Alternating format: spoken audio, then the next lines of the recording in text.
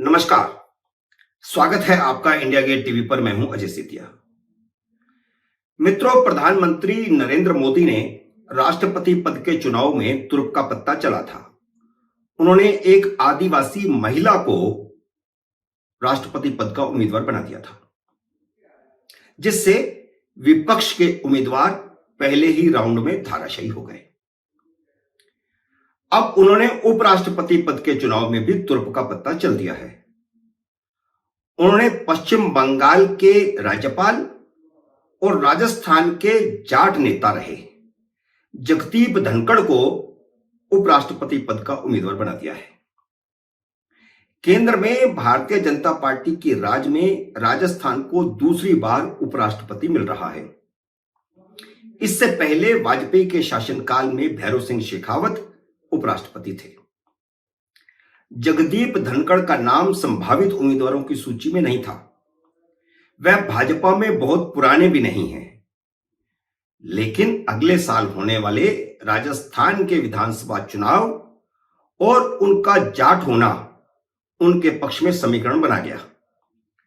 किसान आंदोलन में जाटों की अहम भूमिका रही है। राजस्थान, हरियाणा और उत्तर प्रदेश में जाट वोट काफी मायने रखता है। किसान आंदोलन में जाटों की प्रमुख भूमिका के कारण भारतीय जनता पार्टी को उत्तर प्रदेश के चुनाव में पश्चिमी उत्तर प्रदेश में काफी नुकसान झेलना पड़ा था, क्योंकि पश्चिम उत्तर प्रदेश में जाट काफी मायने रखते हैं। राजस्थान में अगले साल विधानसभा चुनाव है और वह चुनाव जीतना भारतीय जनता पार्टी के लिए बहुत ही अहम है। इसी किसान आंदोलन में जाट नेता हनुमान बेनीवाल ने अपनी पार्टी का राजस्थान में भाजपा से चल रहा गठबंधन तोड़ दिया था। मेघालय के जाट राज्यपाल सत्यपाल मलिक ने भी इस आंदोलन के दौरान जाटों को भारतीय जनता पार्टी के खिलाफ और नरेंद्र मोदी के खिलाफ भड़काने का काम किया।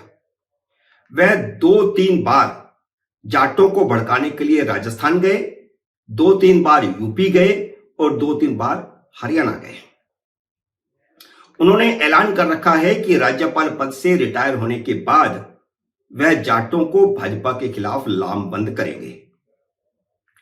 हालांकि इस समय राजस्थान प्रदेश भाजपा अध्यक्ष सतीश पूनिया भी जाट हैं, वह विधायक भी हैं, लेकिन जाटों का ज्यादा से ज्यादा समर्थन पाने के लिए भाजपा ने यह कदम उठाया है। जाट समुदाय में जगदीप धनखड़ का सम्मान सत्यपाल मलिक से कहीं ज्यादा है, क्योंकि धनखड़ ने राजस्थान में जाटों को आरक्षण दिलाने के लिए लंबी लड़ाई लड़ी थी। राजस्थान की 200 विधानसभा सीटों में से 30 से लेकर 40 सीटों पर जाट उम्मीदवार हमेशा जीतते रहे हैं। कभी भाजपा के, कभी कांग्रेस के, किसी किसी जगह पर कांग्रेस के, किसी किसी जगह पर भाजपा के, लेकिन 40 जाट उम्मीदवार विधानसभा में जाते रहे हैं। बाड़मेर, जैसलमेर, जोधपुर, बीकानेर, श्रीगंगानगर, चूरू, सीकर, नागौर, हनुमानगढ़ और जयपुर जिलों में जाटों का अच्छा खासा प्रभाव है और बाकी के कुछ जिलों में भी अच्छा प्रभाव है। हालांकि जो जिले मैंने बताए इनमें वह निर्णायक साबित होते हैं। राजस्थान से 5 जाट सांसद हमेशा ही जीतते रहे हैं। इसलिए जाट वोटों को लुभाने का भाजपा का यह तुरुप का पत्ता सिर्फ विधानसभा चुनाव में कारगर साबित नहीं होगा, 2024 के लोकसभा चुनाव में भी कारगर साबित होगा।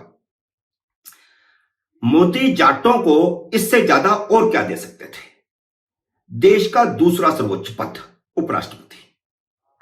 हालांकि जगदीप धनखड़ का संसदीय अनुभव सिर्फ 2 साल का है।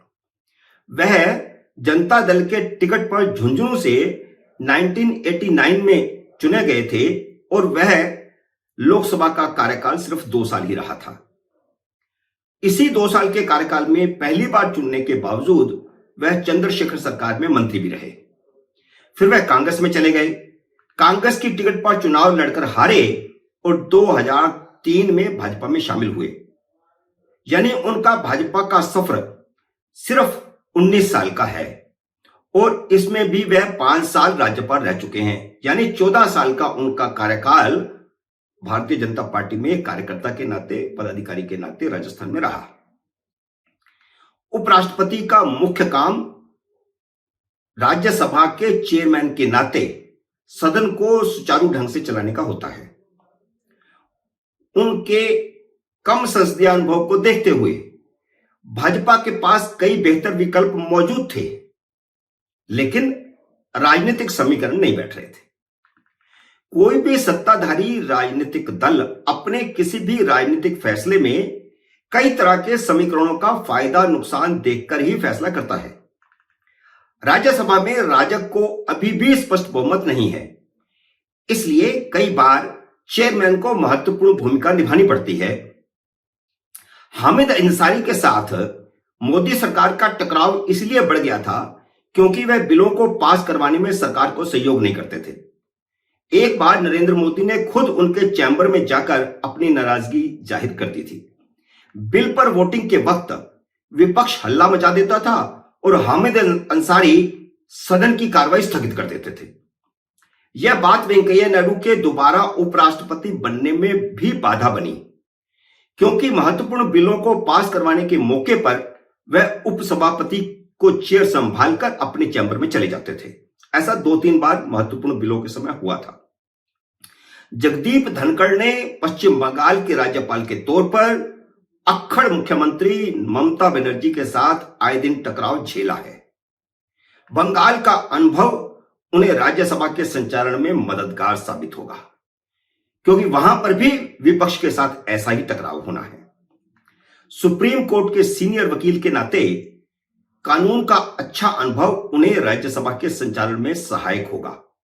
यही प्रधानमंत्री ने उनके उपराष्ट्रपति पद के उम्मीदवार के चयन के बाद ट्वीट में कहा है।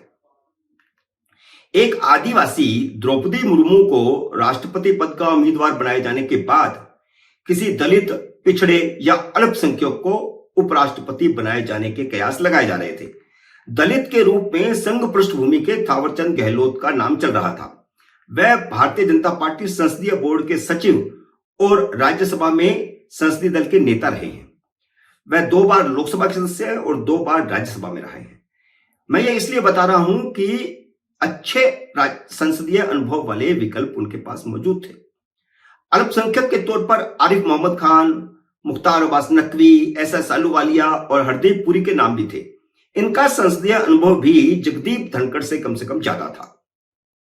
बीच बीच में सुमित्रा महाजन, नजमा हेपतुल्ला और अमरिंदर सिंह के नाम भी चर्चा में आते रहे।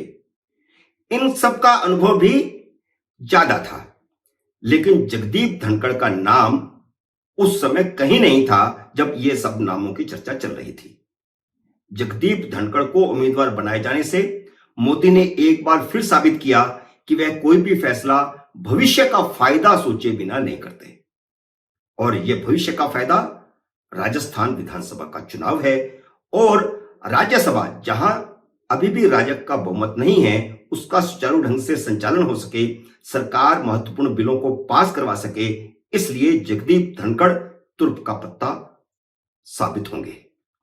मित्रों, उम्मीद है मेरा यह वीडियो आपको पसंद आया होगा।